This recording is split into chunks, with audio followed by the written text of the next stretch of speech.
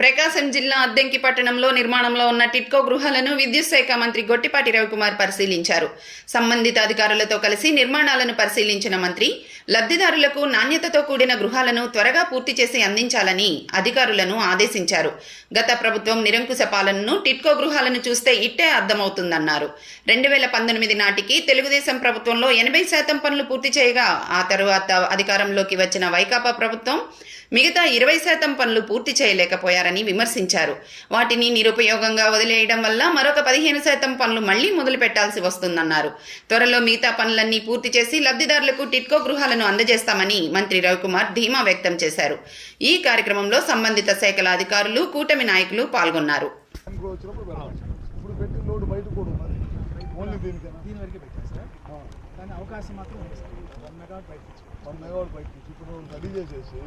మీ దగ్గర ఉన్న గ్రామానికి ఒక దానికి ఇచ్చుకుంటారు. రేపు వచ్చినప్పుడు దీన్ని కూడా ఇచ్చుకుంటే మన పవర్ సరిపోయింది కదా, లోడ్ పడకుండా ఉంటాయి కదా. 960 గాను 760 పెట్టాం సార్. కంప్లీట్ అయింది. ఓకే, మిగతా ఆన్గోయింగ్ జరుగుతుంది. ఒక్కరు చెప్పండి. మిగతా ఆన్గోయింగ్ జరుగుతున్నాయి. టైల్స్ వచ్చేసి 132 యూనిట్లకు వేసాం సార్. ఇప్పుడు పోయిన 5 సంవత్సరాల్లో అవన్నీ పీక్ వేయటం, టైల్స్ పగిలిపోవటం, లేదా విండో ఫ్రేమ్స్ లాగేయటం అవన్నీ కూడా కరెక్ట్ చేస్తున్నారు. ఉన్నాయి సార్, ఫ్రేమ్స్ కూడా రెడీగా ఉన్నాయి. అంటే పోయినసారి 5 సంవత్సరాలు అయిపోవడం వల్ల కొన్ని లాగేసారు, డ్యామేజ్ అయింది. ఆ డ్యామేజ్ అన్ని కూడా కరెక్ట్ ఉన్నాయి సార్. ఫ్రేమ్స్ తెచ్చి పెట్టాము. ఇగో డ్యామేజ్ అవుతాయి, డ్యామేజ్ అవుతాయి కదా. ఆల్రెడీ అవి కూడా మెటీరియల్ వచ్చినాయి సార్ మన దగ్గర. మొత్తం రిమూవ్ డ్యామేజ్డ్ పోర్షన్ ఏముండో మొత్తం డిలీట్ చేసేసి అది ఒక్కదానికి రంగు వేయకుండా వదిలేశారు, మొత్తం గబ్బు చేశారు. రిటర్నింగ్ అవుతుంది సార్. బిల్డింగ్ అది ఇప్పుడు స్టార్ట్ చేస్తున్నారు. ఇప్పుడు మీకు లోపల వరకు మీకు ఎంత వర్క్ ఇది, ఎంత మొత్తం 5 సంవత్సరాలు అయిపోయింది, మళ్ళీ ఇప్పుడు జరుగుతున్నాయి అనేది ఒక ఫీలింగ్ ఉంటుంది. నేను అందుకే నాకు అక్కడ మీటింగ్లో అడిగితేనే నేను వచ్చింది పరిగెత్తుకుంటాను. ఇంటర్నల్ గా వర్కులు జరుగుతున్నాయి సార్. వచ్చిన ల్యాబ్ జనమైన చేస్తుంటే వర్క్ జరుగుతుందని చెప్పి లోపలికి పోనీ ఏదన్నా అనుకోకుండా బాగుంది. ఓరం చూసుకోండి, దానివల్ల ఒకసారి చూద్దాం. అక్కడ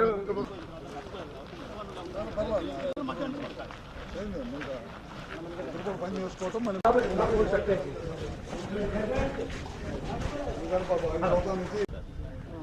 చూసుకొని అమ్మారు గారు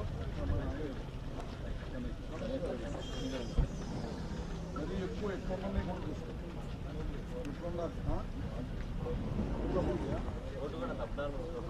అబ్దార్బల్ స్కోప్ ఉంది, రోడ్డు కూడా దిగేది ఉంది,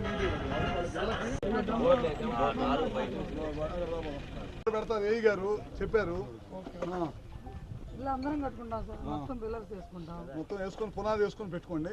గవర్నమెంట్ లో శాంక్షన్ ఇచ్చేస్తారు.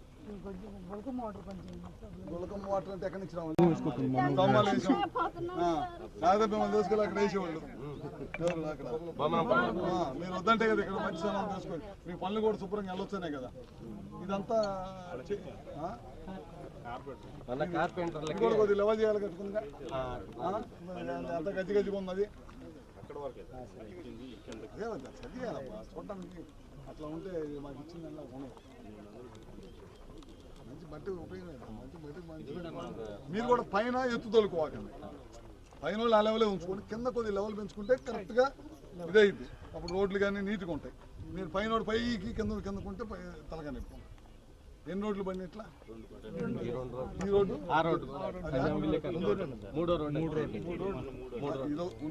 ఈ రోడ్డు ఒకటి 2 3 ఈ రెండింటికి ఎక్కువ ఇల్లు ఉన్నాయి, అటు కూడా ఉన్నాయి. ఎన్ని కావాలి? ఒకసారి మన ముందు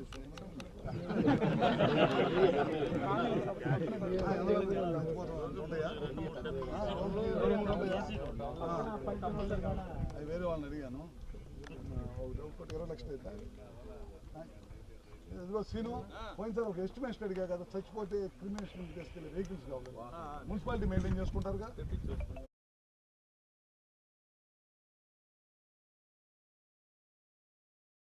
అద్దెలలో ఉండి చిన్న ఉద్యోగస్తులు, చిన్న పేదవాళ్ళు అందరూ కూడా ఇల్లు కట్టాలనే ఉద్దేశంతో ఆ రోజు స్టార్ట్ చేసాం.